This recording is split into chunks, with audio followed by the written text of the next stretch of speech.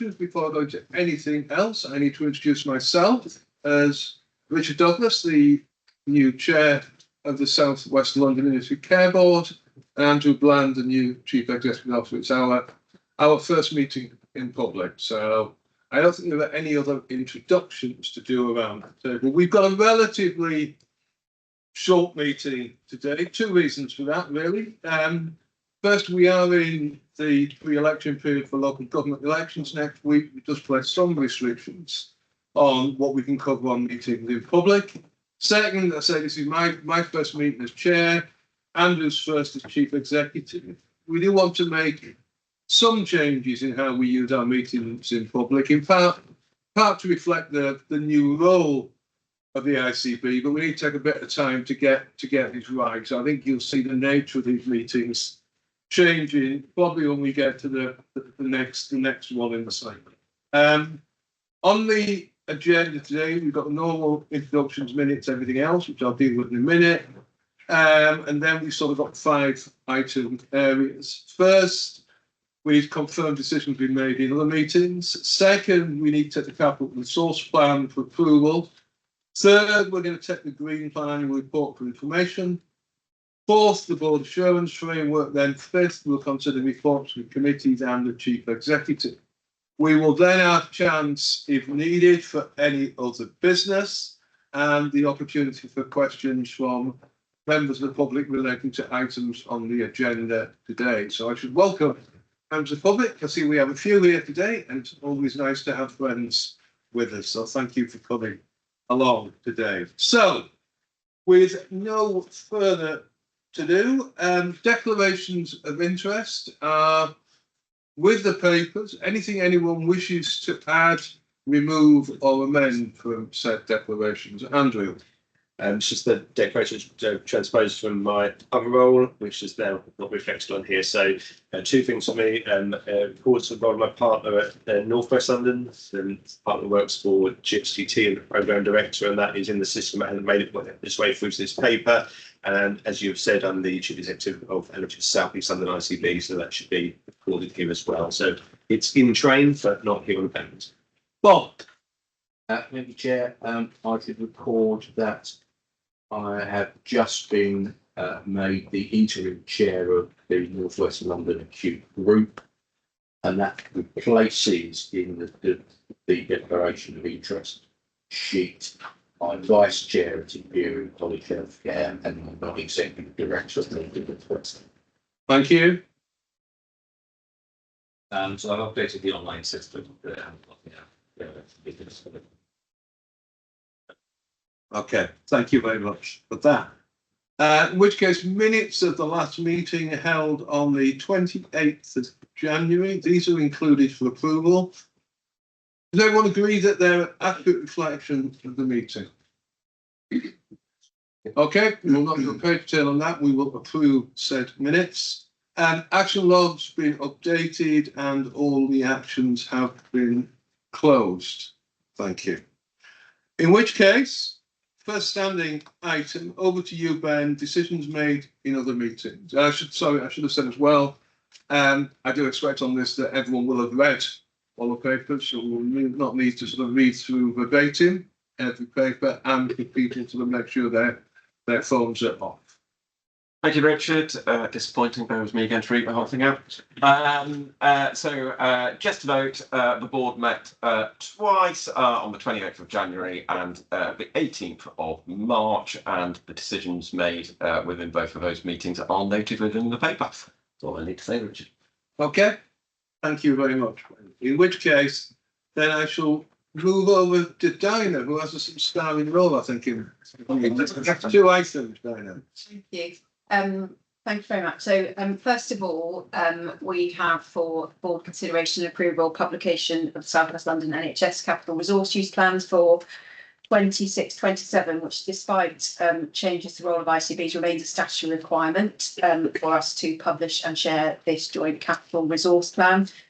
We've taken it through our internal approvals we have a system-wide capital investment group with all our system partners and also our internal senior management team meeting.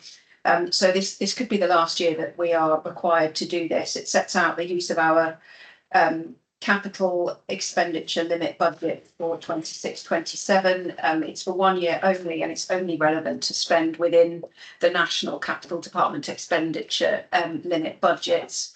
Our focus continues to be ongoing delivery of in-progress schemes. The main item there being mental health estates modernisation and critical infrastructure improvements. Our plans are aligned to national and local objectives. There has been a fundamental change in the way capital budgets are overseen from 25-26 into 26-27. So previously we had a capital system-wide control total, and we managed allocation and apportionment of that through our capital investment group, and now that's a bilateral relationship between providers and NHS England accessing pots of strategic capital, and the ICB is asked to prioritise and support those capital investments, and then in more detail at later stages through more detailed business cases. So those processes are ongoing. Our plans are aligned, as I say, to national and local objectives. Our current South West London infrastructure strategy, and noting we're developing a new financial strategy, there is alignment with our existing financial plans. I think we almost certainly have an opportunity to do quite a big refresh as well of our infrastructure strategy to include neighbourhood health centre development, for example. So the current focus continues to be supporting return to cost useful standards, estate safety and diagnostics. There is currently still £86 million worth of schemes where trusts have put in bids for strategic capital through NHS England, where the business cases are still in development, and as I said, they'll be subject to further ICB confirmation of support. The other point to note is that the ICB has £5 million worth of strategic capital, and we are working on identifying plans for this spend in 26-27. And since writing the paper, a process has been published to set out the pipeline of capital expenditure in relation to neighbourhood health centres. So quite helpfully setting out scope, what population size they should cover, and whether they are refurb or rebuild. And we're putting in a submission at the end of May in relation to that, with a very strong emphasis on ensuring the clinical model supports the plans for the building and not the other way around. So it is expected that it's key for the ICB to continue to oversee an infrastructure strategy across the system, despite changing in roles and that different relationship around capital expenditure, development of business cases and funding from NHS England. And we are asking the board to consider and approve publication of this plan, which will be published on the website and then shared with our Integrated Care Partnership, health and wellbeing boards across the system and NHS England. Thank you, Diane. I have got a couple of questions. Has anyone else got a comment question with Bob? I think you said this, Diana, but just to confirm, can I be assured that any revenue implications arising from this plan that is the liability of the ICB as commissioner, that's been taken account of in the revenue plan that this board previously signed off? Support for, so sort of, not in detail at this point. So support for prioritisation of capital schemes where our trust partners have bid for capital funding has been provided, but it's subject to revenue affordability and consideration of detailed business cases, which we haven't seen at this point in time. So the assumption in our plan is that the revenue affordability would be cost neutral from a cost of capital point of view. And is that understood by the providers? I guess it's a follow-up question Bob was going to ask. It'll need to be reflected in our business cases, which the stand. Okay. And can I just be clear, the 86 million that is subject to further approval, can you just go through the approval process for that? So it's a process that isn't, so it's a brand new process. So I don't think it's been set out in detail at this point in time. So what has been done to date is prioritisation and support of business cases that are being put forward. And then the organisations are asked to work up more detailed business cases, and then it will be approval process within each of England. But we don't have a detailed timetable or any more detail than that at the moment, because it is brand new. So this is probably going to be a totally unfair question, but I prefer to sometimes ask the unfair questions. So what's the sort of degree of confidence around that? So do we expect this to sort of all run through this year, or is there any significant risk around it?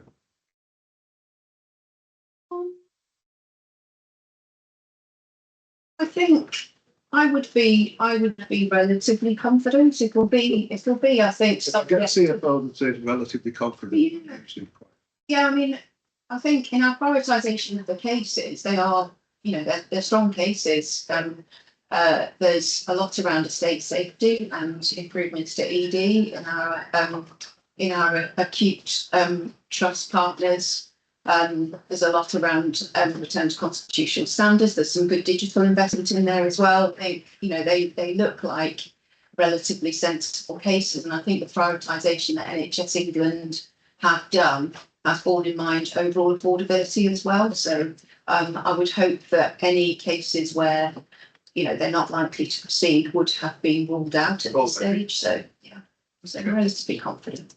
Bob, I mean, based on Diana's response, I'm probably less concerned about the robustness of the strategic reason for the case than I am about the inevitability of decision making in another place and the time scale lag that might lead to a capital plan that effectively is April to March and it's April and we don't know what the process is. So it just like you're concerned about delaying. I'm concerned about timing. I'm not concerned about the robustness of the case. Yeah. I'd agree, particularly because of all the change in NHS England as well. The resourcing of NHS England's ability to resource the process in a timely way, I think, is definitely a risk.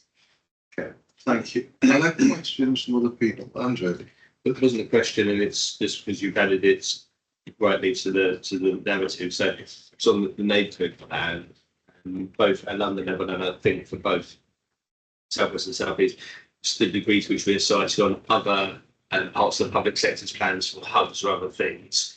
Whether we have a good picture of that now. I kind of know the answer for South East. I'm not sure I know for South West.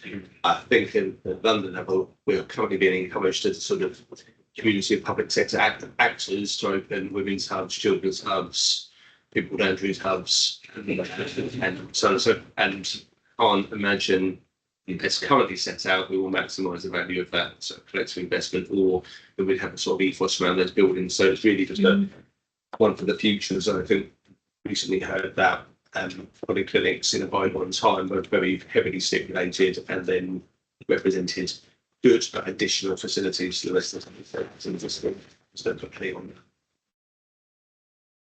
and final one for me, Dana, was on the sort of new process around cap. You mentioned that we still have a role in terms of oversight of system infrastructure. Did I get that?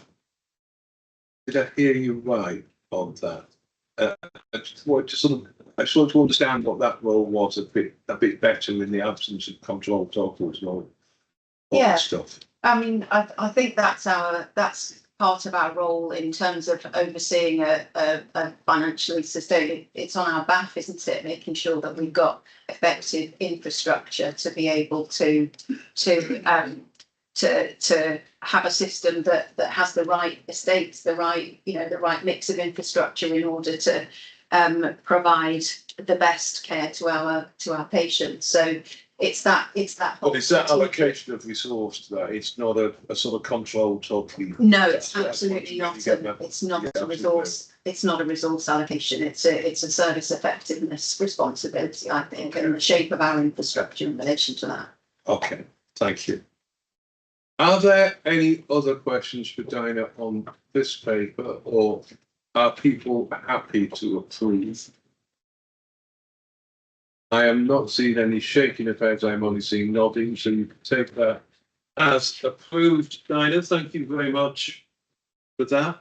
In which case, I go back to you again, Dinah, on the green plan annual report, where I think we're being asked to note progress and performance, and note potential impact change ICB role may have in relation to capacity and system leadership in this area. But I shall leave you to speak to it. Thank you very much. So this is, as you've said, our forward-looking responsibilities for ICBs in relation to this are a little unclear in the detail of the blueprint, and we're still working through exactly what that means in terms of resourcing going forward. But we do still have a mandatory reporting requirement as part of our annual report and accounts, and it's actually, I think, quite a good news story. The climate crisis is a health crisis and a driver of health inequalities, and we have made some really good progress against our green plan. So this is an annual 25-26 report and an agreed reporting cycle to board on an annual basis and within our annual report as well. The report sets out delivery highlights, system-wide risk review and key areas of focus for the coming year. We approved this plan in March last year on our journey to net zero. It is aligned to our infrastructure strategy and also the 3 10-year plan shifts. All trusts in our system have refreshed plans during the last year, and we've secured £32 million worth of capital funding to support estates' decarbonisation and energy efficiency initiatives. We had a target of 200 colleagues to receive training in environmental sustainability and achieved 647, and there have been 37 projects across the system delivered by sustainability teams. So we are reviewing, as I say, resourcing of a system-wide green plan going forward. Currently, there is a system-wide green meeting where all our partners get together and monitor and oversee progress against the system-wide green plan. And it's clear that the ICB should continue to have a role and show a structured interest in this agenda. Recommendations are to note progress against year 1 of the green plan and our priorities for next year. And going forward, as I say, we may have to review that role in relation to capacity and system leadership. Thank you. Well, thank you. Thanks, Diana. It was a very thorough report. Just obviously on the outputs of carbon saving across the whole green plan, the Croydon Wingford London circa just under 50%. I just wondered whether if that's on track, and really that covers a huge part of the savings and decarbonisation across the entire plan. Whether that's on track with that. I'll have to take that away if that's okay. Specific question, thank you. Okay, well, Thank you. As Jamal said, very comprehensive. So thank you for a very comprehensive update. I'm going to say, I think more or less the same I said when I saw the plan in gestation a while ago. I don't think we concentrate enough on trying to capture the economic benefit. There's a lot here about the actual carbon numbers, but actually there's also a lot here that says has sort of got financial saving capability, but we haven't drilled enough into it. So the update is what it is, the report will be what it is, that's fine. But as we go forward, I think we need to do more to try and quantify the economic benefit. And I've seen that in other places. I'm not, if I look at other green plans that I'm associated with, they've done a lot more digging into pounds benefit as well as the carbon reduction and other green benefit. so I mean there is an estimated cost saving number in here, but it does look quite small. It looks like. So I think it's 2.3 2.3 million. Yeah, it's like a decarbonisation investment. That looks like. So can we, this is not, I said, as Bob says, the report is what it is at the minute, but I think it would be important for us to dig into this a bit more and say, well, actually, 2.3 million doesn't look particularly ambitious in terms of pound savings. I know it's not the pound savings that has driven most of this, but I don't understand that. But given the position that we are in, it would be good to get a better understanding of what's possible. Yeah, thank you. I agree. I think it's possible that we're focusing on sort of cash releasing and specifically measurable benefits rather than the wider economic benefits. So we will look at that. Questions for other people? I've got one that I was gonna ask. And again, it's not to sort of amend stuff in the report or anything, Dinah. It's the looking at the priorities for the next year. And I think we've got adaptation as one of the key priorities for next year, where our RAG rating is probably not. It's not as strong as it's well, it's AMP3, which is pretty good compared to most RAG ratings we see. I guess the other one that I was interested in was travel and transport on this, and it partly links a bit, I think, with what Bob had said about the cost savings. Again, that's one of the areas where I usually find you start to get some significant cost savings, and that doesn't seem to have come up as a priority for next year. If you just take away that and think about it, I'm not asking to change anything at this point. Any other comments, questions? Andrew, anything you would wish to? Sure. You are? Okay, in which case, can you take that as noted? And please take away the sort of 2 or 3 suggestions on that as well. In which case, we are running ahead of schedule at the minute. And board assurance framework, Ben, can you take us through this, draw our attention to those matters that you think we should be most aware? Thank you, Richard. I've got an extra 5 minutes. Not all about risk. Contain your excitement. So, as board members will know, the board assurance framework, the BAF, provides you with a basis to assess principal risks to achieving our corporate objectives. The corporate objectives for the organisation are set out in the paper. We currently have 6 risks on the BAF. I won't go through them in detail, but they are provided in detail in the paper for you to review. We work on a 2-monthly risk review cycle within the organisation, and these have been through that cycle. So that includes review by the individual executive directors and the risk leads. They have been reviewed by each of the relevant committees, who will not only review the BAF risks, but also review the relevant corporate risk register risks related to their committees. We have a risk leadership group, which is chaired by Dinah as our Chief Finance and Compliance Officer, which takes a holistic view across the organisation and reviews all the risks together.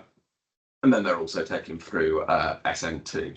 The board will note there hasn't been any movement in scoring through this cycle, and we've attached a medium level of assurance to each of the core controls and insurances in place against our 3 lines of insurance that are detailed in the paper as well. I suppose the bit that I was going to just draw board's attention to, Richard, or note was that Bobbert and I and Dinah have been discussing a more in-depth dive into the transition risks related to the change programme. And we're going to be discussing that with the audit committee in July, so specifically looking at some of those risks that will be coming up for the organisation as we move towards delivering the model ICB blueprint and the 10-year plan. Okay, thank you very much. Questions? You're going to get some from me, I'm afraid, again. The planning is unfamiliar bath. So I mean, maybe for like Michael's Jamal. Yeah, just a clarity point, if I can. Just on that last bit, Ben, you talked about the change programme. Just from a board assurance perspective, clearly we're going through a huge amount of activity on clustering. Is that what you meant by the change programme? Because that almost feels like a risk itself, and in terms of driving efficiencies, reducing duplication, reducing overlap. Does it have a separate heading as a BAF, or is it just incorporated? So I think on 2 or at least 2 counts, Joel. So we have a programme risk register, which I'm just in the process of going through and making sure that's properly reflected on the corporate risk register. So the corporate risk register is the risks to the delivery within the organisation. The BAF specifically on those corporate objectives. We did do a review against corporate objectives before coming in here, and I think I need to go through that again, both with VDs and Andrew, to make sure that we're properly captured and reflecting it within that. I think that's principally going to be around the churn within the organisation. I think over the next 6 months, if possible, how we are mitigating against loss of corporate knowledge as people exit the organisation. We make sure that that's built into the change programme, and we're capturing that. Well, thank you. I think it's churn / governance. Andrew, It just in support of but I kind of see it through a different lens, but there's two sets of things there. I think there's things that are risk the organisation by virtue of the programme. So big implications if we get it wrong, but they will be our process and so on and so forth, and the exposure we've got on our provisions or otherwise for redundancy.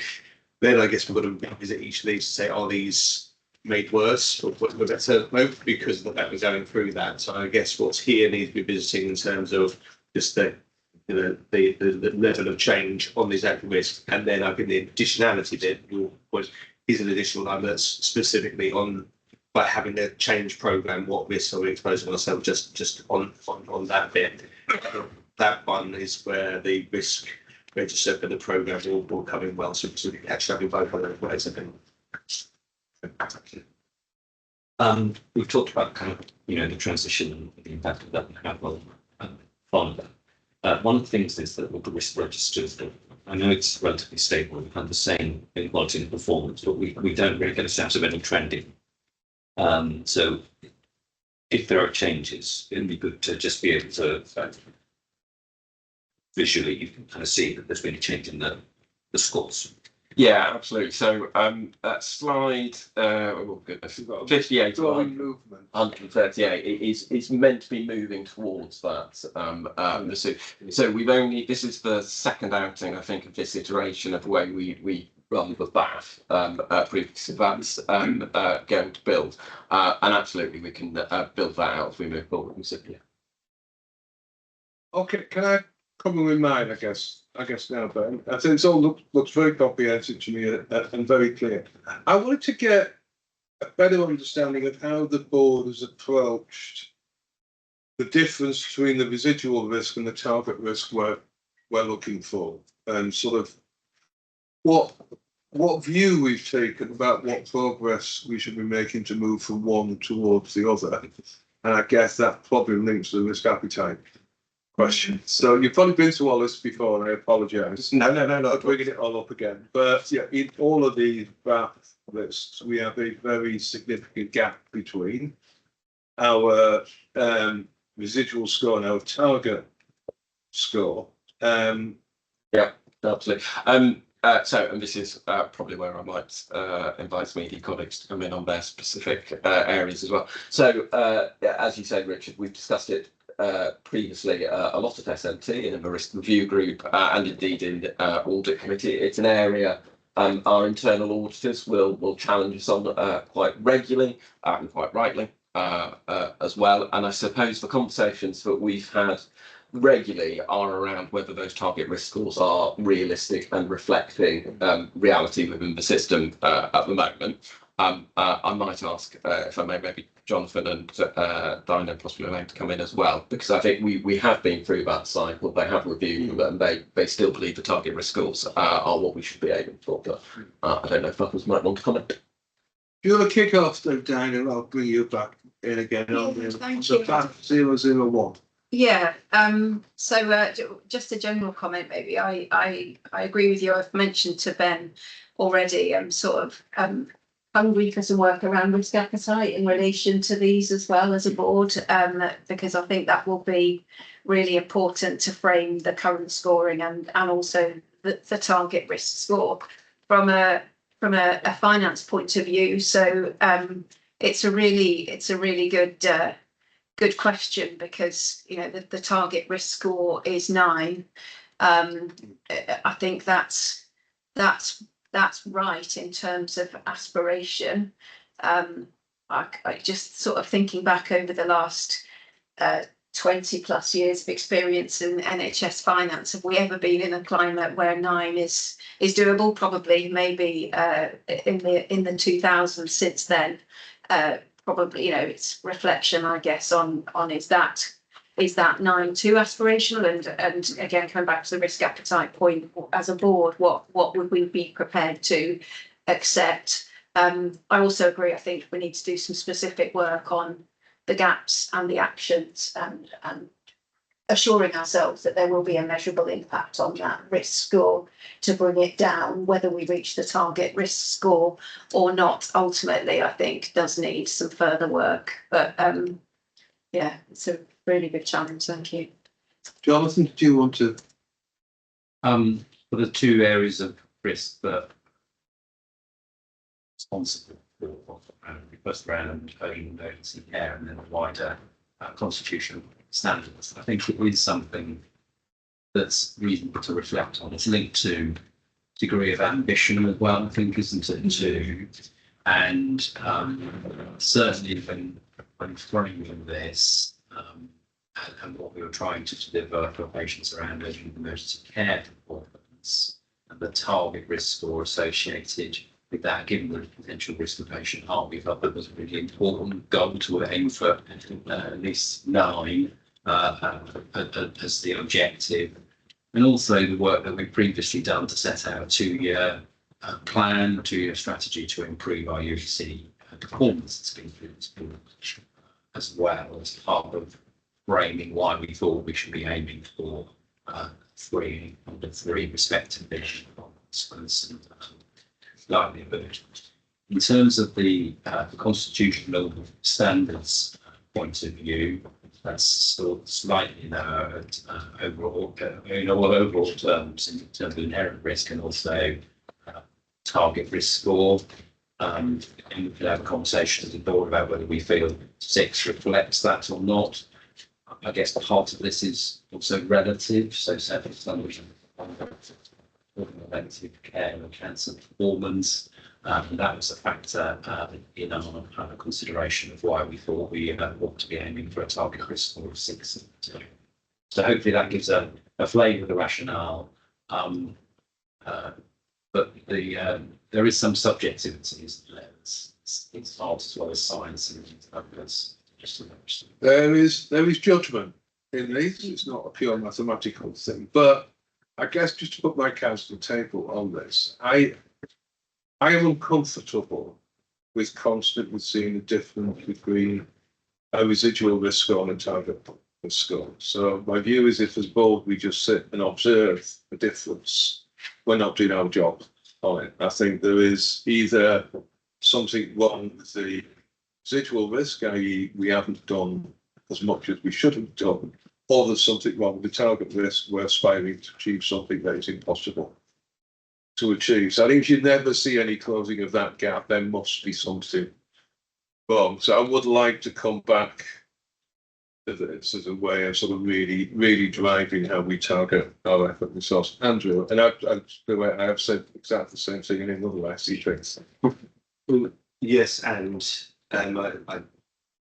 the conversation making in South London, to be completely honest, no time to had it yet South London, but yeah, we looked at this and then asked Joe and asked Vanessa and asked other providers, and we looked across the risk system, would we get to a point where we are sort of living in a commissioner bubble over here while Rome burns, or in reverse? So I guess there's a couple of bits of work to do as we sort of shift that population orientation as to what's here. And then I know Vanessa was actually sat next to me and Joe, and we had a national session yesterday where essentially Jim Mackey said exactly what you just said to England's chief executive leadership, that if you're essentially observing the same thing again and again, are you in actual fact executing anything? The answer would be no. I'm not sure if they pass that test, by the way, but that's another question. But I think there's a challenge, particularly at this point bar where we are now. Yeah. And it's so I've now got everyone interested. I've got Bob, I've got Anne, and I've got Jonathan coming back. Well, I mean, everything you said are absolutely fine. Very brilliant. I mean, around the audit committee table, of course, I think there's also, while you're doing that residual target piece, I think there's also something about potentially reframing how we've written some of the risks in the first place as the role of the ICB changes. That's not to downplay systems issues. Yeah. But this is about our broad assurance framework, our responsibilities in the greater piece. So I think there'll be a reframing of the risk, which might make that target residual conversation more straightforward. Yeah. Yeah. So Thank you, Bob. I think you're right. I think you're right on that. So it was a similar point really, which was we're in this transition, so that the language in the document is curiously mixed between sort of commissioner controls and system controls. So we should think about that. And on that, I think one of the things that we could strengthen in here is the things that we've already agreed that we're going to do in relation to the CLSP. So we've got some headings that say work is required to align and prioritise initial findings from CLSP, but we have actually made decisions on that. So, for example, on the UEC one, we don't actually call out that one of the things we've done is to prioritise frailty. That's to improve, obviously, people's care, but also the fact that people having a poor experience in emergency departments, and can we do it differently? So outpatients on constitutional standards. Thank you. And Jonathan. I was initially coming back on Andrew's first point about comparative analysis with providers. So just to share, probably a year or so ago, we did do that comparative analysis across the system. It'd be fair to say there was quite a degree of variability process, but we did have a section about that collecting in rounds, so just some drugs on that. But to the point of Bob and May, our role was to change in there. I think and right to sort of call out the one thing from one to the other. So Ben and Chris, the corporate team, have done a lot of work in the last 4 or 5 months to move that really very much that system collective piece to where it is now, which is on the journey to our new role strategic mission, but we probably haven't quite got there yet. And this is a helpful sort of honing of that message. Okay, thank you. And I'll finish off with you then, Ben. I'll just pick up 2 things then. So it's a very good prompt. Thank you, Jonathan, to redo the annual review across our providers. So what we've done so we do it annually. What we've done is review the provider BAFs as well as other ICBs in London, BAF and NHS England's as well. So I'll keep that up and we could bring it back to audit maybe, Bob, to provide that assurance to you, Richard. And then I suppose I was just going to reflect on Anne's point about the changing nature of it. I think we've been in a number of cycles previously. So where ICBs previously or initially started, we were very inward focusing at that point, certainly over the sort of 18 months. After that, we became quite outward focused and on the system and strategic risks. And as Bob now says, we're sort of going back into that. So it has flexed and moved as we've gone through as well. Okay, thank you. So I think that's a helpful conversation. I mean, I always come back to this. These are meant to help boards do their job, not just as a sort of performative, decorative piece of stuff. So I think it's really important that we take away those comments people have made, Ben, about sort of the movement of residual risk, target risk. What's my fundamental question? Which one of those 2 things is wrong if it never moves? I think the point that both Bob and Anne made as well then about keeping adapting and amending this to reflect our changing world. And I know we're sort of in that weird hybrid world at the moment this year, but I think we should put that and follow up clearly as you are doing on comparisons with our provider risks as well, particularly taking Andrew's point on that we're sort of not operating here in a commissioner bubble where we've got a multi-view of the world and just back to reality. Oh, I don't see a multi-view of the world unless I'm working with it. And then I don't know how you'd articulate it in a paper, but there's just a question in my mind, if not us, who? if there's an assumption that risk has been managed somewhere else and the operating model hasn't quite caught up, I am a bit concerned about that. We're not the only people transitioning in this. A number of things you might say, oh, well, the HSC are going to pick that up. We then need to ask ourselves, is that actually happening? What happens to our population if it doesn't? So a number of things through that period. I think it'd be a bit remiss, I don't think it's for them to negative, just as we are reiterating this, but also reduce our resource thrown at this. I think about circa 60%, if they'll correct me, and we'll also be a period where we're asking all those people to in some way form a new structure, because this is one of the shared areas across South West and South West. It's an opportunity, but I think some absolute transition in this team for the next 6 months has been some overplaying that. Yeah. Okay, thank you very much. In which case we shall move on to board committee updates and reports. And I think the first one is you, Jamal, the financial planning. Yeah, I'll give an update on the Finance and Planning Committee. The last meeting we held on the 25th of Feb. This is a brief highlight of some points of discussion from that meeting. We discussed the infrastructure strategy and essentially confirmed during that meeting the alignment with the political-led strategic plan and the neighbourhood and primary care strategies. I'll pick up a couple of other highlights from that meeting. We also looked at the medium-term operations plan, and we discussed and reviewed all the key risks to delivery. In addition, we looked at the financial plan for 26-27, and the plan, I can confirm, delivered a break-even position on the planning of that. Yet again, we reviewed the board assurance framework as is normal during this meeting, and then we looked at the month 10 finance report, which set out that the ICB is on track to deliver a break-even position 25-26 in line with the plan. And then the final bits of the committee were around an update from the financial recovery group, which was a group set up to do system oversight.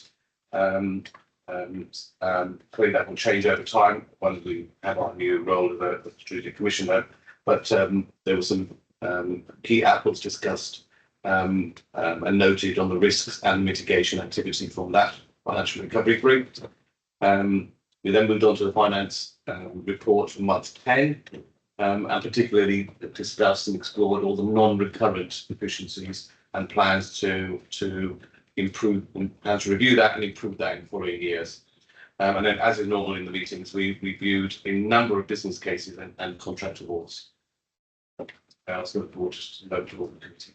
Thank you very much. Now, if there are any questions on anything that Miles said, it may be worth, Diana, you doing the finance report as well. Is that okay? And then we'll take both those items together.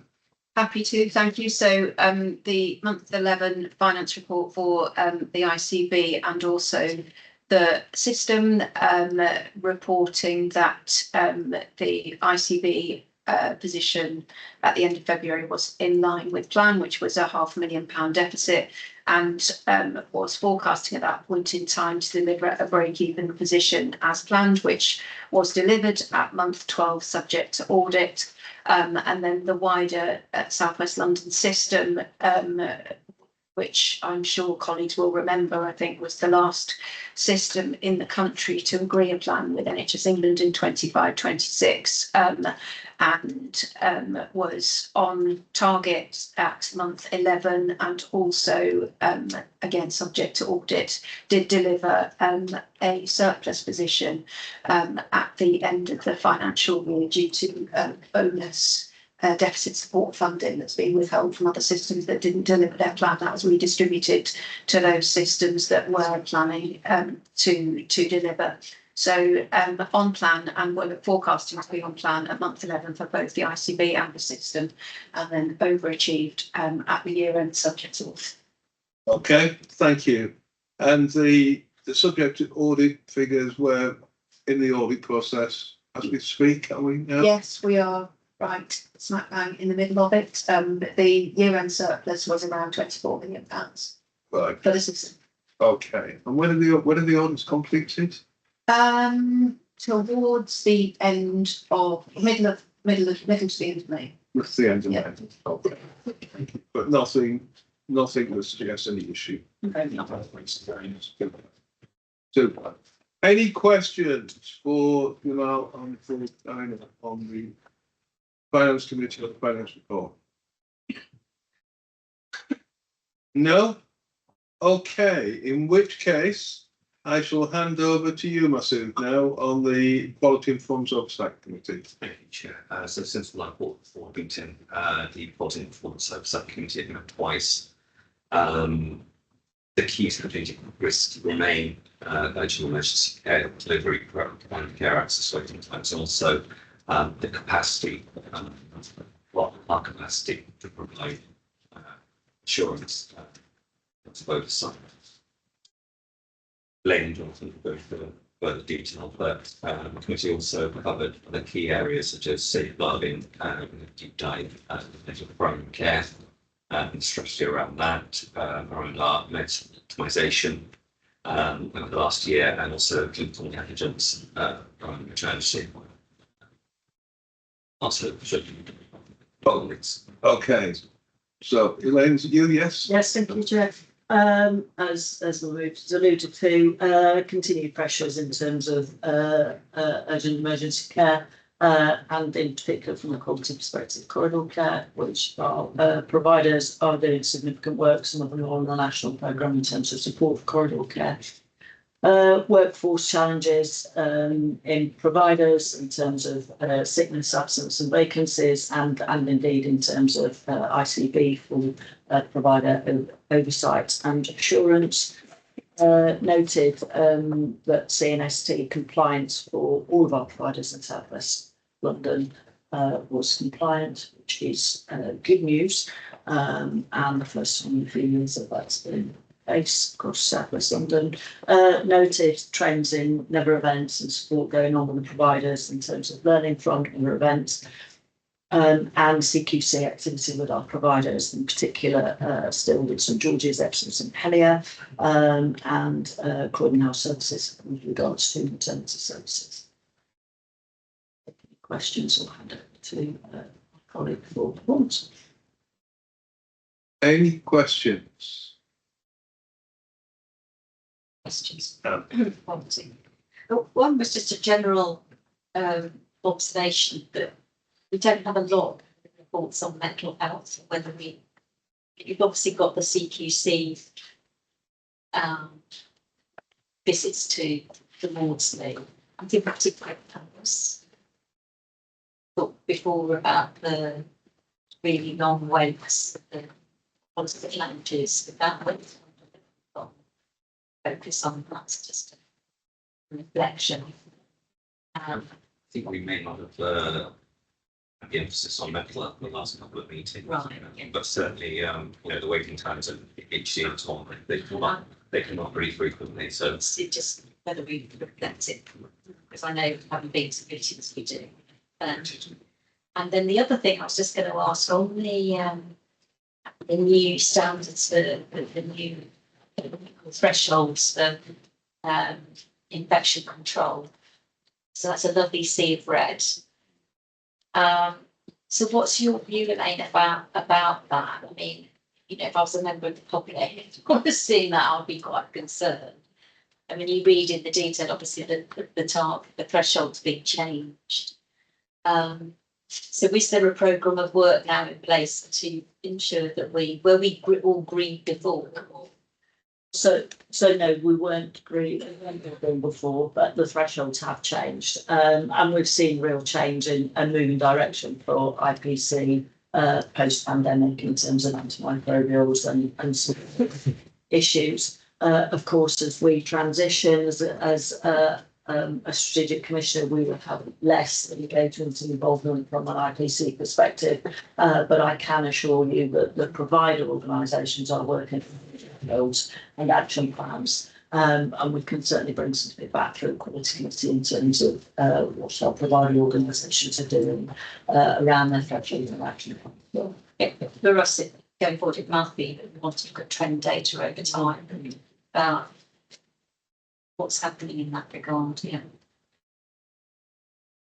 Just a general question for me, and it's, again, I probably always ask this everyone, it's about never events. I really struggle to understand when I should get worried with a graph of never events, because I start as a normal layperson by thinking, well, never means never.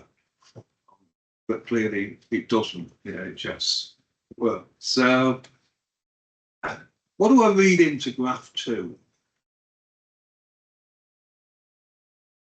So we have a total of 18 never events recorded in the year.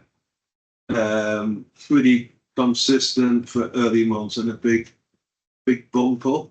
Oh, sorry, no, it's a year. So I'm looking at years. Sorry. Yeah. So we're down on the previous Yeah. years, but last 2 or 3 years up a bit on the previous years. What?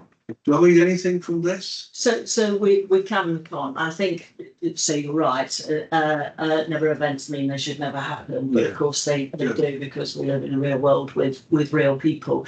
I think the important thing is understanding the trends, and are we learning from never events? And my declaration is declared in terms of I'm currently on scrum to GESH, Right. and we have seen an increase in some areas in some of our never events. But the deep dives that we've done, there's no consistent theme. The couple of themes are of a couple of things, and if we talk about some of those themes, what we're learning from them.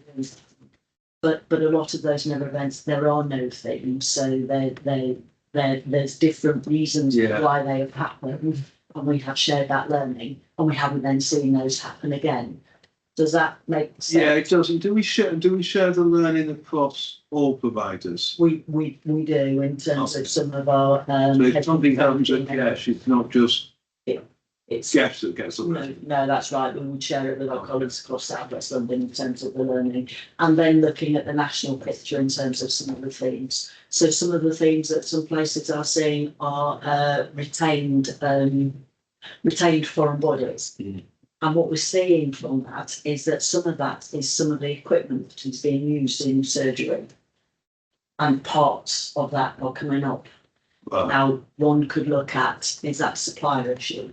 So nationally, are other trusts nationally seeing that? And if so, then it's an issue with suppliers. So that learning goes throughout the system, and you start to investigate and see if those things are connected and what's the learning. Does that make sense? It does. It does. One more question. So once I get on the roll on never events, I used to go into a room with Jeremy Hunt, who I used to have him written up on his whiteboard. Mhm. Every never event that was reported that day. Right. I always amazed with the wrong site surgery still. So, and we always seem to have wrong. So what?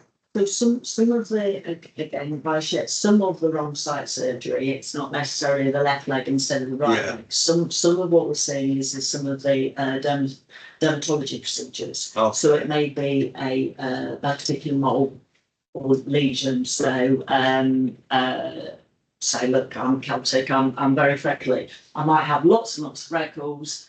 One might look suspicious, and what we have seen is the wrong mole has been removed. Okay. So that goes down as a wrong site surgery. What happens is the surgeon will recognise it wasn't that mole we were worried about, it was that mole that we were worried about. Due to kind that happens, we say to the patient, we're taking off that mole, we actually need to take off that mole. Often it happens while the patient is in surgery, taking off the wrong mole, we're going to take off two then, we'll take off the right one. Again, I don't mean to be flippant, but I'm trying to. No, sure. That's really helpful. Really helpful to get this again as a layperson. You saying, oh, I've got a big thing marked on the right leg. You can't get that one, can you? But you don't really think of the layperson about the things like that. Sorry, Sue, do you come in as well? It's just to build on that. With never events, you can spend a lot of time. And some of these anomalies that happen are human error and unpredictable, so the learning actually isn't there. The move that we've made towards the thematic level is actually very positive, but again, it's a system of learning that's maturing. It's not been in place for long. And so, as we start to sort of collate these incidents, bring them together in a thematic way, and then the learning happens, I think we will start to see improvements. But again, we're on that journey. Okay, Vanessa. Taking us away from their events back to children's waiting times. I would welcome the committee looking again at children's waiting times, and I would suggest that when doing so, that we draw out the neurodevelopmental waiting times as a separate issue from mental health waiting times, so that you get transparency in both issues, because the current neurodiversity will crowd the conversation and mean that the none of what you're trying to get at will be marks. Yeah, thank you. Any other questions? No? Okay. Bob. Audit. Sorry, Chair. Oh, I missed out. I missed out, Jonathan. Sorry, Jonathan. Sorry, I missed out, Jonathan. Sorry. Sorry. I'm running ahead of myself, Bob. I'm so excited by all this. Manage the performance. Really, probably. So thanks, Chair. So whilst the time it works its way through various committees and the data report is a little out of date, what's here. So I'll also give a flavour, a bit of an update on the position too. So to note that the elective care and cancer performance, as I alluded to earlier in the meeting, remained really strong in the reported period here. We had circa 2,800 people waiting over 52-week wait. That was down to 1,500 by the end of the financial year, and we met the door-to-door sprint requirement set nationally with trusts having less than 1% of their overall waiting more than a year. So South West London's strong track record for elective performance continued. For the reported period, which was during the winter time, you can see the challenges that Elaine and other colleagues have already talked to around urgent emergency care and corridor care. That's spelled out in the report. More recently, as colleagues will know, the NHS has a focus on marked performance against the 4-hour performance standard, and 3 of our 4 trusts met that 78% target. We're in the middle of the pack nationally in terms of performance against the 4-hour standard. The challenges remain on the 12-hour waits in emergency departments, though I do acknowledge the significant change in bed capacity brought to bear over the last 12 months or so in South West London too. Diagnostic performance, though relatively stable, does remain an area of challenges. We have to move our performance up considerably to the constitutional standards over the next couple of years. Delivery of diagnostics is going to be key. The paper spells out some of the modalities where that is challenged, but nonetheless, we're also bringing in additional capacity, such as the Reddington Community Diagnostics Centre too. And then finally, the area of mental health. We normally see improvement in performance in Q4, which we haven't got data for that yet, but for Q3, SMI checks, mental health checks, tracking below where we want it to be. So we expect to see some improvement in Q4. And I'd also note the challenges around talking therapy access rates, which are also tracking below where we want to have recovery plans in place, I think, to help address that. So hopefully that gives a flavour of some of the issues that we've got in this context. So I guess when I looked at this, the one thing like really jumped out to me about a big gap between expectations and performance was around serious mental illness, physical health check. You know, sort of the jaws seem quite wide open if I read the graph right on this, Jonathan. So you do get, as you can sort of see from previous years, you always get a bounce in performance. That's so not all, but a number of these, the vast majority take place in primary care, and other colleagues may want to contribute to that as the as the Q4 reporting takes effect, you see a bounce, and you can see that for both of the previous. But the sort of trajectory of performance seemed to track quite closely until. Yeah. So there's two issues two issues to flag that we haven't seen. We're starting from a slightly lower baseline from Q3 than we have in previous years. Not much, but slightly lower, and the expectation around performance nationally has improved markedly to 75%, which is what I've flagged in. Yeah. So you wouldn't expect that gap to be closed. I mean, although you say it's back ended, if we're not closing. I wouldn't expect it to close. I would expect it. If you follow past trends, and I say there are people in the room who are probably close to this, I'd expect it to halve, but I wouldn't expect it to close. I would expect it to be in line with previous years. So that same sort of hill. Yeah.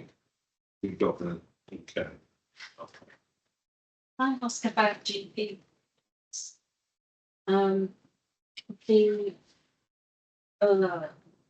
We've got 715 appointments that we delivered. Do we know how that compares with what the demand was? In what? I.e. people who wanted an appointment versus those that we delivered. Does that make sense? So do we know? I don't think we collect that. What the data here collects, and again, Nicola will probably be able to answer than me, but it collects the overall number of GP appointments booked and planned for, not those people who have to ring in the data in the morning and then subsequently get the appointment. And it also collects those who have a face-to-face appointment versus a virtual. Yeah, I just wonder whether it's something we should try and collect, because in terms of the sort of shift levels moving out of hospital, my assumption is that there will be quite a number of people who might say, "Oh, I won't get an appointment," or "I can't be bothered to sit on the phone," or whatever their assumption is. And then we'll go and do something else. So it'd be useful to know. I don't know how you collect it, but Because like you say, we don't know what your Yeah. capacity is. it seems to. And then of the balance between virtual, assuming this includes telephone appointments, what do we think is optimum there? So currently we've got 46% virtual, and then 54%, I assume that's face-to-face or home visits. What do we think in the future is optimal? What are we aiming for there? Do you want to check both of those? Just So, first yeah, one? so much actually. So first of all, until December 24, when this started, but nobody even collected this data except individual practices, and probably not formally anyway. They could tell you how it felt in the practice, but the numbers it favored us. So this is a huge step on, and I really welcome that. You can't count things that don't happen, right? Yeah.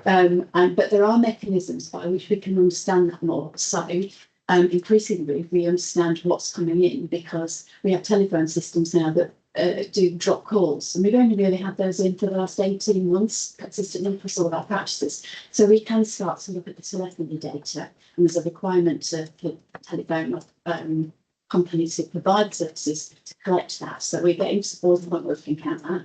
Also, we see what comes in through our online system, so you can really visibly see your demand and much more. Plus, you can't see the person who's sitting there saying, "I can't stand this system, I'm just going to call 111." So, and asking 111, how many people said, "Oh, I tried my GP, but I couldn't get through." You know what, this is all quite difficult, but we can increasingly understand it a bit more. In South West London, we do really well on our indicators that when you look nationally in comparison to other places about how much we provide in terms of volume. And part of that is just about how well we map our activity in practices. So we had a whole project on that. Some places don't map it so well, so we don't really know how they do. And the optimum, between the different types of interactions that people have. So, there's online, there's telephony, and there's face-to-face. And they're all, good clinical encounters. In some practices, they really understand what they're doing. Other practices don't have such capacity. And I think what we want to do is move people towards understanding what's your optimum in your practices. I think it could vary quite a lot depending on the population. So I wouldn't say there is a number for this. I think we have to look at what our population needs are and try and provide I just think from responses. a perspective, we're going to be commissioning. Yeah. We do need to know those things about, for this population, we need, that it's a very elderly, frail population, therefore we need a greater proportion, presumably, of face-to-face, maybe longer appointments. Not sure, but I'm just wondering, it would be possible to work with acute colleagues and understand numbers of people who have attended, who've just received advice and guidance, or indeed it was an attendance that was amenable to primary care. Infection, sore throat, list them all, but so I imagine hospitals will have that data. And we know that it's Probably not in terms of, right. and I've come to you because I couldn't get a GP appointment. That's what I was considering. Yeah, I think if we know what the diagnostic code is, we can then work out from that. You can and you can't. As a clinician, you can and you can't. On diagnostic code, you might say, well, earache, that should have gone to primary care. Until you do a deep dive in the notes and see what the patient came with, that might have been their final diagnosis of what they might have come in with. So it's not as special, it's not as what is clear as being able to work out those patients should have gone to primary care. I've got Omar down at the end. Yeah, there's been a shift in the technology stack over the last quarter. And so something that I think would be interesting in the next 6 months is understanding the impact that the new type of technology that's landing now and starting to scale across the country is the use of artificial intelligence to answer phone calls and actually taking that information, process it, give some advice to patients, and then book appointments directly. That's starting to happen. It's starting to scale across the UK. A very, very large provider yesterday came out with a solution that does that. So what that's going to do in terms of access, equity, it's going to be phenomenal because the stuff speaks like 80 languages and can switch. So there will be an impact on the amount of appointments, the amount of demand coming through. It's an interesting question. But I don't know how, some drawing to be done around how to prepare for that, which. Absolutely. And when we're thinking about sort of, again, it's always difficult things, isn't it? We're thinking about planning and commissioning, strategic commissioning over a number of years, trying to actually also understand, well, how the world is going to change over the years, those years, a deep flex will have to shift. It's really important. So absolutely, I must you out. I'll just be it is really difficult. I think as a proxy in terms of how we do it, 98% of our practices have been rated good.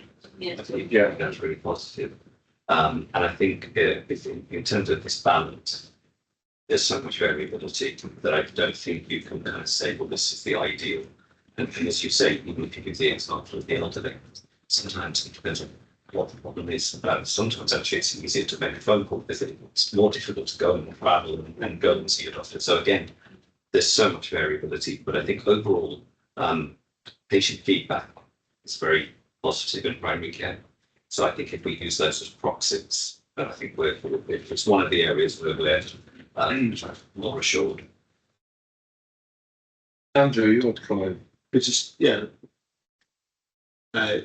with some ignorance, it's just what we're looking at. So you point out that we would absolutely want to look at how quickly when the appointment was it within 24, 48, or how long as a proxy. I didn't know if we are looking actually an exec from the South East London sort of mildly obsessed with NHS app uptake and then what people are using for it, and therefore do we know that? So just the various data points in addition to this one, I don't know how far we've deep dived into those, and then I'm making the assumption, but then I just don't know now whether it's for each of the South East London provider, there is a missed opportunity audit on a regular basis, essentially gets into the level of analysis you're talking about, and then doesn't assume that, but then gives you quite a high proportion of people. So it's just about working with people, very large opportunity that could have been sitting in general practice, and you get into it that way. But I don't know if those things are in play here, and I'll answer those questions outside the meeting, but they are other proxies.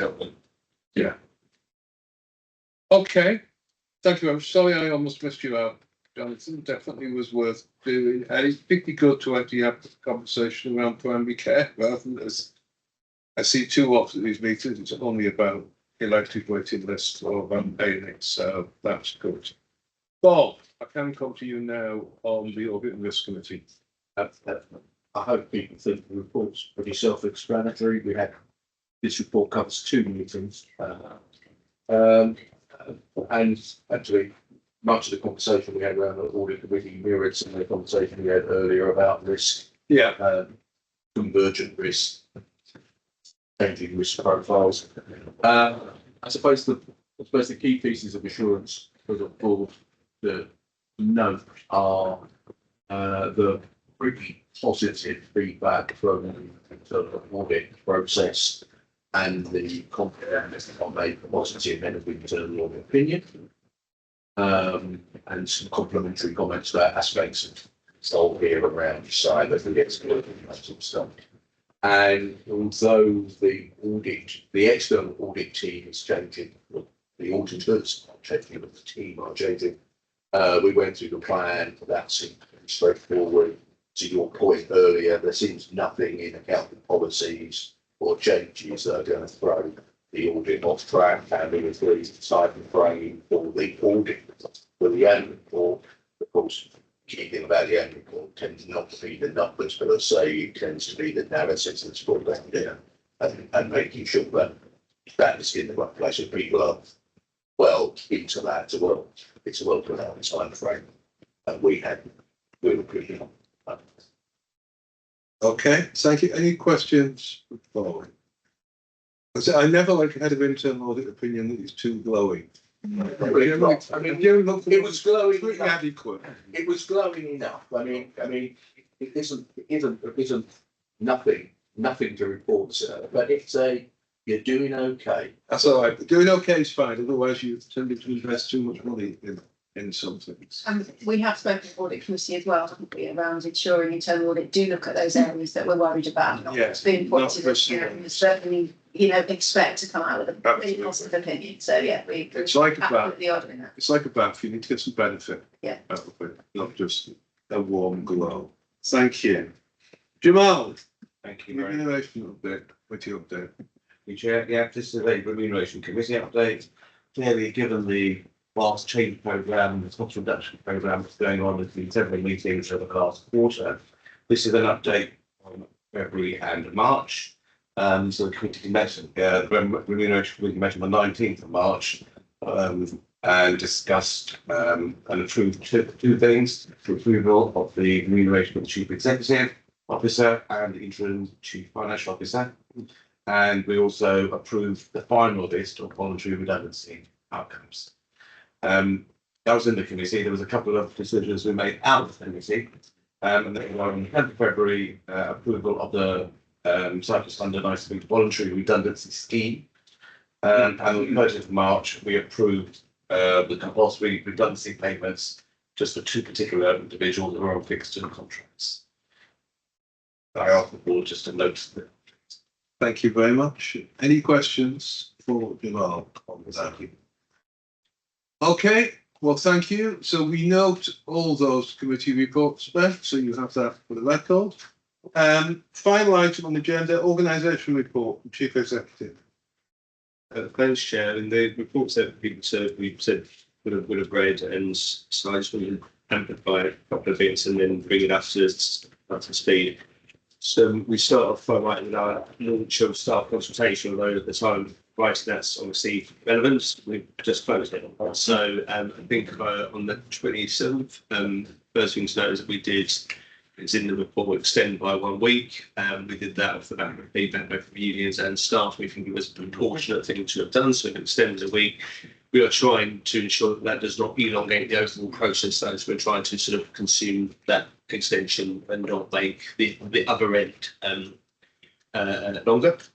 I think I'm nervous looking at Ben now. I don't think we need the exact stats here, but I was doing a scale of feedback for the ICB. It's over 1,000 pieces of feedback from our staff, and within those, I think they broadly fall into sort of 35% around structure, the other 65% around process or how people may or may not be treated, and then there's a small tab of other queries, but just to give you a feel within that of where the sort of bulk of them lie around process as opposed to structure, although having 300 odd comments on structure will obviously make a difference.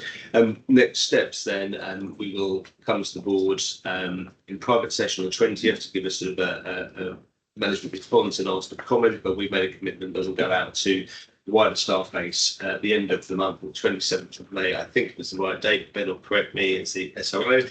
To give our management response. We'll do all of that in lockstep with ourselves and some of the colleagues. I think it's probably important here, and you can guess it, but with each of these steps, we are concerned around 2 or 3 things to do with our staff. Firstly, their well-being, so we maintain a weekly staff interaction that I lead and Ben and colleagues contribute to, and we still get, I think our lowest number is still 300 of the staff base through, and sometimes up to 500, and we have a whole raft of support around that for staff. Nonetheless, the second point is we're very mindful of the impact on morale, and I think with each of these processes, it's probably the wrong way to put it, but it gets worse before it gets better. So we are in a position now where it becomes more real, and now this next phase will be very individual. Circumstances will play out for people.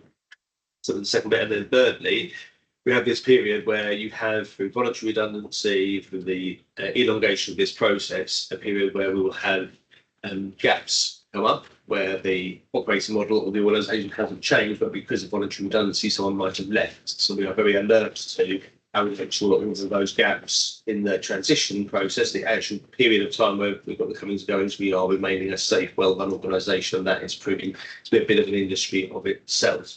Could I just call out the exec team, and particularly Ben's relentless pursuit of this? Is a lot of activity, a huge amount of activity that goes into to making sure this sort of stays on track.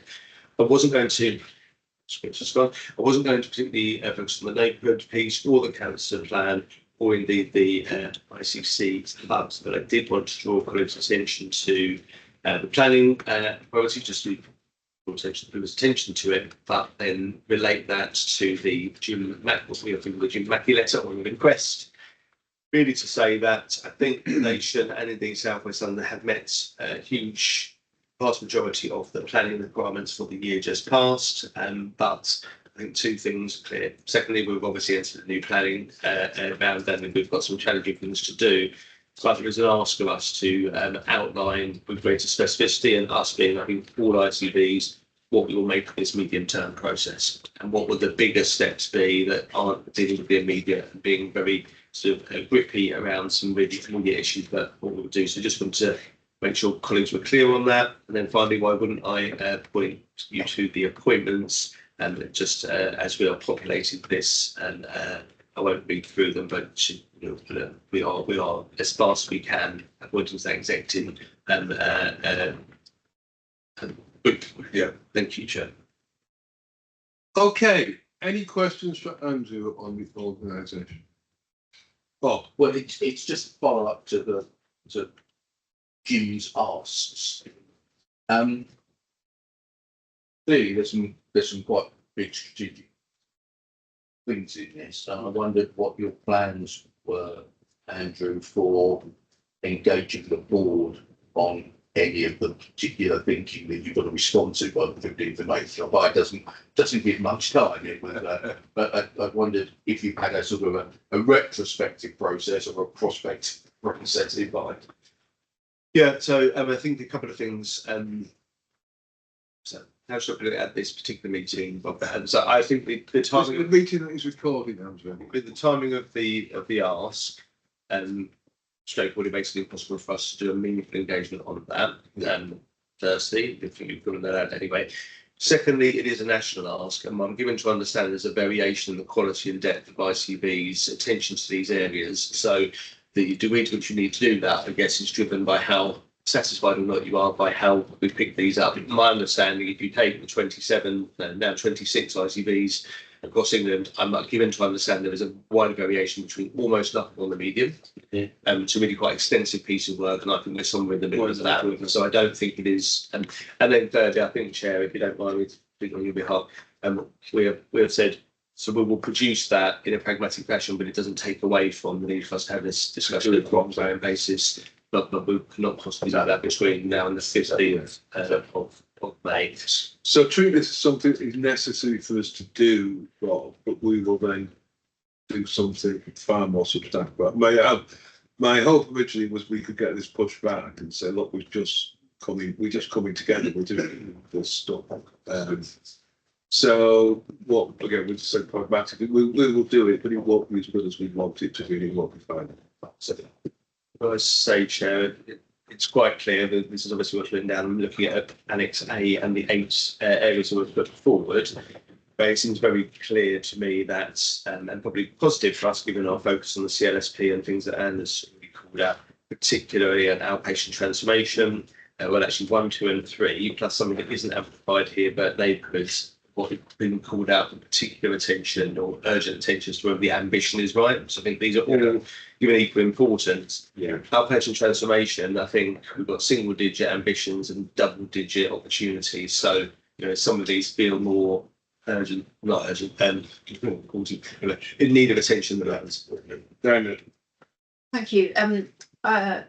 I think in the finance community, certainly locally on the payment reform question, we're taking this as quite a significant opportunity to try and influence policy, because this is going to be really important to make sure finance really is an enabler of strategic commissioning and doesn't get in the way as it often has done previously.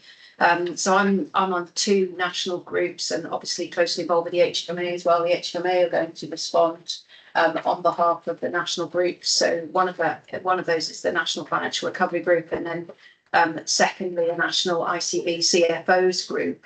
And we're also having a local South West London finance leaders session workshop on Friday afternoon to get all of our partner finance colleagues' views on how we overcome some of these barriers. So specifically, as I say, I think a really good opportunity to try and influence. So the areas we are looking to feed back on is the impact of transition costs when we do left shift and stranded cost, tariff and payment mechanisms and transformation around that. Relentless focus on multi-year planning and accountability. And then final point that Bob has raised a lot through audit committee is clarity around ownership of risk with all of that in the new world. So we're doing quite a lot of work on it, because I think, as I say, rather than just have the policy implemented and then we have to sort of work around it, we're seeing it as an opportunity to try and influence it up front. Yeah, thank you. You can engage with Dana. We get into our response as well. Yeah, we have, I guess, in our response, it's probably worth pointing out, we are going to try and make some London-wide statements and some national statements as well. So I think Diana's groups, I think that they are sort of national. If you think about some of the some of the neighbourhood work across London, we'll make a consistent set of neighbourhood points for London. So we think metropolitan areas require some different attention to non-metropolitan areas, so those things will play out through the return. Okay. Is there any other business? If not, we've covered quite a lot, although it's been a short meeting. I think we've got all the business done that we wanted to get done. I think there's some good conversations around the bath, around primary care, and other areas. So I think it's been a worthwhile meeting. So thank you for your time. At this point, I open it up to questions from members of the public on items that relate to the agenda we've had today. We did have a couple of questions in advance that we have responded to. I think put copies of responses on the website and on chairs here, I believe. But are there any other questions any member of the public would wish to raise with us? No? Oh, sorry, I couldn't see a hand raised. Sorry, someone's head was in the way of. Yeah, sorry, I was a bit late. It's a sort of generalised question, so it might not touch directly to the agenda, but you'll have to excuse me. There's been 2 reports published this week. One about the sickening population regarding the age that people become sick regarding as opposed to retirement. Yeah. And I think Richmond fortunately became one of the top areas in good case. The other report was about the rejigging of the population statistics, what is proposed, where the aging population is going to be greater than thought due to the birth rate dropping and restrictions on immigration. So there's going to be this massive trend to retired people. So if we put together the two reports, one with the age where people get sick getting younger, and the lack of working population paying for the NHS in crude terms, it is a great concern. Sorry, I'm speaking sort of Wandsworth patient forum-ish here. So it's a consideration of this committee and the whole country, basically, of this ICB, about that worrying sort of contraction with widening. Fewer people paying, fewer people paying for it, more people needing it. Yes. So yeah, I mean, I can't do anything about the fewer people paying for it. Unfortunately, I do not have tax raising powers, much as I would like them. But in terms of the need, I mean, this is really what we're about as now a strategic commission. It's really trying to understand the population, not just what the population needs now, but what our population will look like in 1, 2, 3, 4, 5, 6 years time, and planning our services around that, and sort of taking action as best we can to mitigate the effects of that. And you're right, and it is happening at both ends of the spectrum. So lower birth rate is meaning that's affecting things like maternity provision and what we need at one end. But yeah, potential longer life at the end in ill health really affects some other issues, which is a lot about our neighbourhoods project as well. Do you want to say anything, Andrew? So I think hidden away a lot of discussions, but so I think Anne's raised sort of the cohorts we were looking at. I don't know how far it's been in the public meetings of the board, but I think the strategic plan, I've been really impressed by what we've inherited by web analysis to try and look at by geography and by age group what the predicted future will be. So we had in particular cohort of population we were talking about, whether it was in there or not, but more generally that does speak to exactly as you were saying. The only thing I would say, having been new, so therefore trying to get from borough to borough, and we did have a meeting with the I did have a meeting with the Wandsworth team this time last week, and we had that discussion very much focused on young people and young people's needs and so on. So I think we've got quite a good map now of the differential growth and circumstance. And to the chair's point, that's kind of now our responsibility, I think, is to understand that and what we will put around it. Yeah.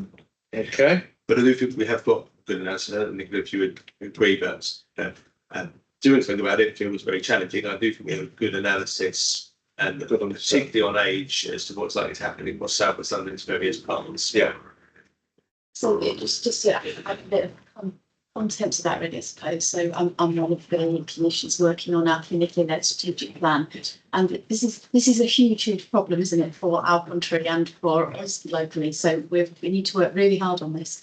One of our findings was that 16% of our population utilise 80% of the resource from a health point of view. It's not really surprising, is it? But to have it laid out for us has really brought to light the kind of populations that we need to focus on. And healthy years of life is really critical. So we've got through all of our work programmes prevention as a consistent consideration, and that prevention starts very early on in life and in healthy people, and goes all through the stages of a disease and condition progression and a life progression. So we want to prevent frailty in people who've already got lots of long-term conditions. We want to prevent long-term conditions in people who've already got one, for example. So it's looking at that in some depth. So just to try and kind of just add a bit of context really to the work, the kind of work. If you want to come along to future meetings, I think the future board we will be sort of diving a bit deeper into some of these areas. I mean, today's been quite sort of businessy focused, but I would like some future meetings to really sort of dive into the discussion a lot more facts. And at some point, I'm sure we will go to Wandsworth. We don't plan to always be in Wimbledon either. Okay. Thank you all for your time. Thank you to members of the public for coming along.